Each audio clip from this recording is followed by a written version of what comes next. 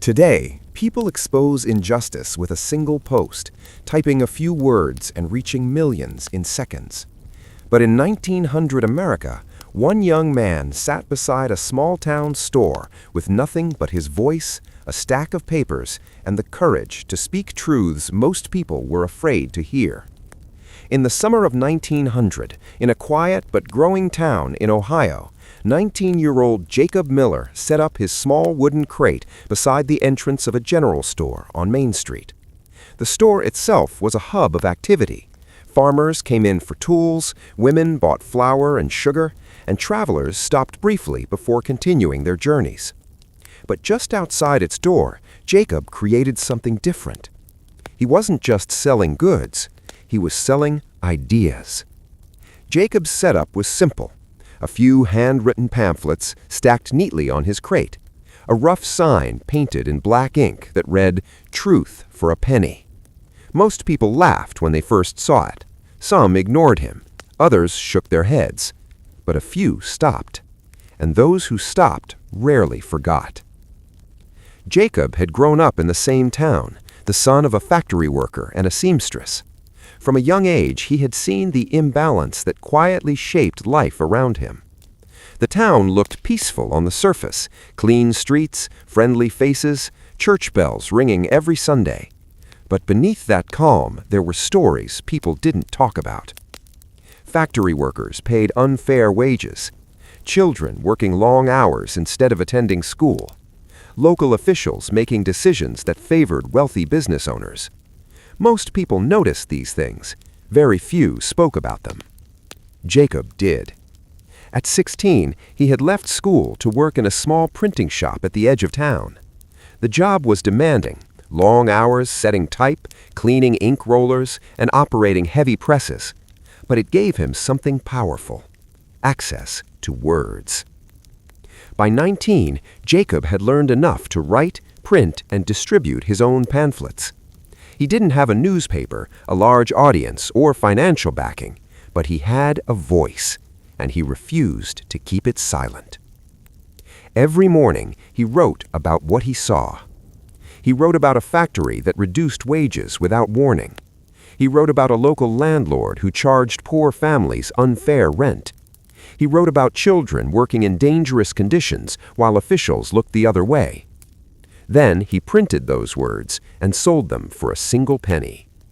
At first, people treated it as entertainment, something to read out of curiosity. But slowly, something began to change. People started recognizing their own lives in his words. One afternoon, a factory worker stopped at Jacob's crate. He picked up a pamphlet, read it silently, and then looked at Jacob with a mixture of surprise and gratitude. "You wrote this?" he asked. Jacob nodded. The man reached into his pocket, placed a coin on the crate, and said quietly, "Someone needed to say it." Moments like that fueled Jacob's determination. America in 1900 was a country of rapid growth and transformation. Industries expanded, cities grew, and small towns began to feel the pressure of economic change. While progress brought opportunity, it also created inequality. In larger cities, investigative journalists, later called muckrakers, were beginning to expose corruption and injustice. But in small towns, those voices were rare. Jacob became one of them. Not everyone appreciated his work.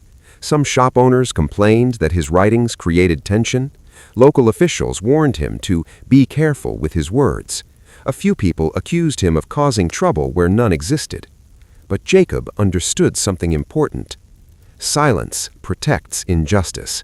Speaking up challenges it. One evening in 1902, his courage was tested. After publishing a pamphlet about unsafe conditions in a nearby factory, Jacob returned to his usual spot the next day to find his crate broken and his papers scattered across the street. It was a clear message: stop. Many expected him to disappear. He didn't. The next morning, Jacob returned with a new crate and more pamphlets. This time, his sign read something slightly different: "Truth still costs a penny."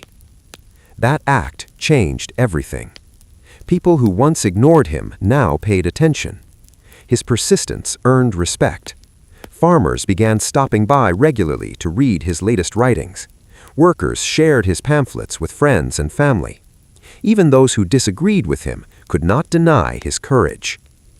By the 1910s, as America entered a new era of reform and awareness, Jacob Miller was recognized as an early advocate for fairness in his community.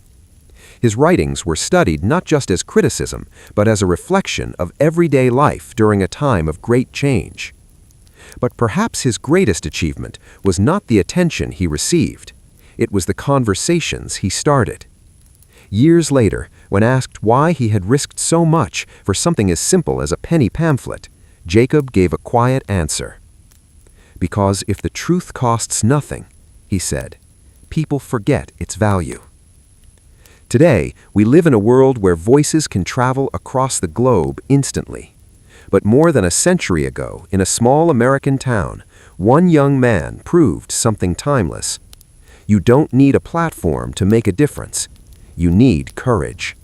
And sometimes all it takes to begin is a wooden crate, a sheet of paper, and the willingness to speak when others choose silence.